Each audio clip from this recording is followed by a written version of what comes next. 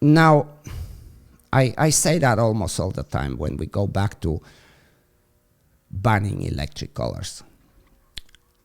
If we ban the electric color, we have to look at we really have to look what happens in Europe, because we have now almost 20 years of a sample, a study. It's really like we know what happened there.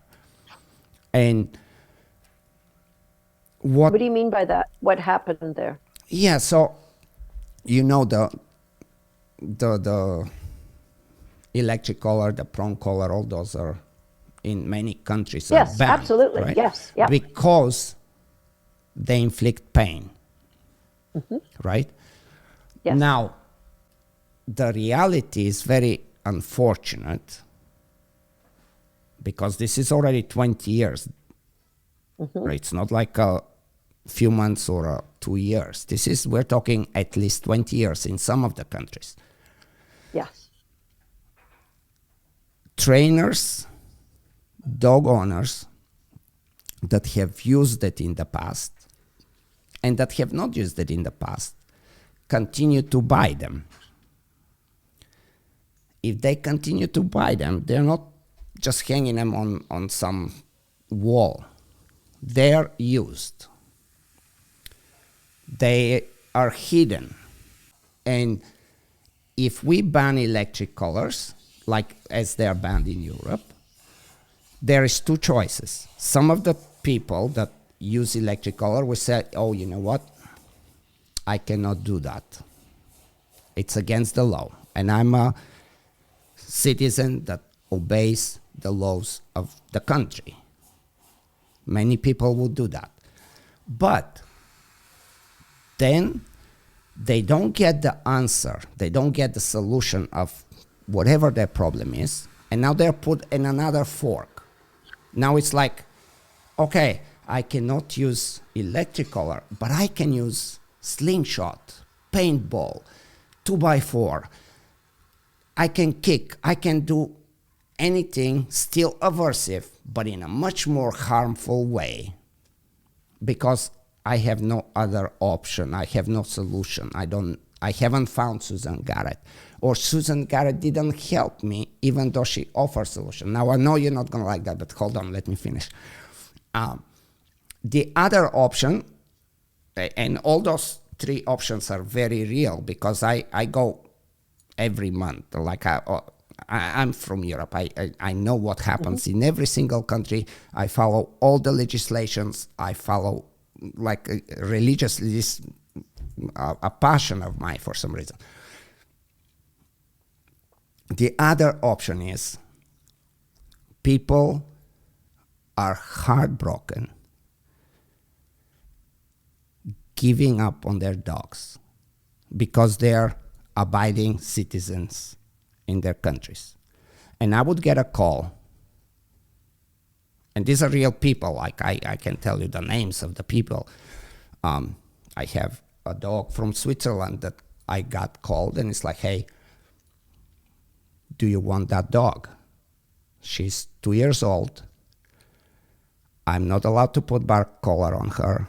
I'm not allowed to have prong collar. I went to 2 trainers. I sent the dog to Germany to another big school. It came back. They promised that it's going to be good.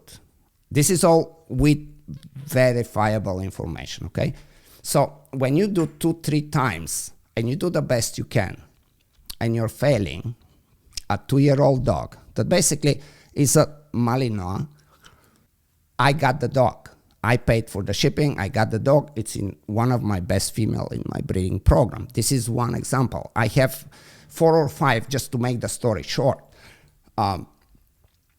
The problem with legislations that ban things is that they make you feel good, that make you feel that you're successful. But unless we can give that next step of this is what you can do, and it works, if not better, just as equally successful. If we're failing that part, banning does not work. Now, I think banning is like it's like say using punishment on people, which is the irony is it's reinforcement-based people that want to ban things for people who use punishment. But if you're really a reinforcement-based person, wouldn't it be better to help the people who are using the tools you don't like to so but can you imagine, and again we're going to go back to human examples, which sometimes we can do and sometimes not, but I personally cannot imagine human society at present time without punishment, without, like, there are those people that just simply need to be stopped. There is they can be, even dangerous to themselves. They're just trying to take their eyes out or rape somebody or whatever. And yes, some are sick, some are whatever. There is so many different arguments, and we can go into different places. But if somebody continues to drive drunk, he has to be punished eventually. If somebody goes and steals my money, he has to be punished eventually.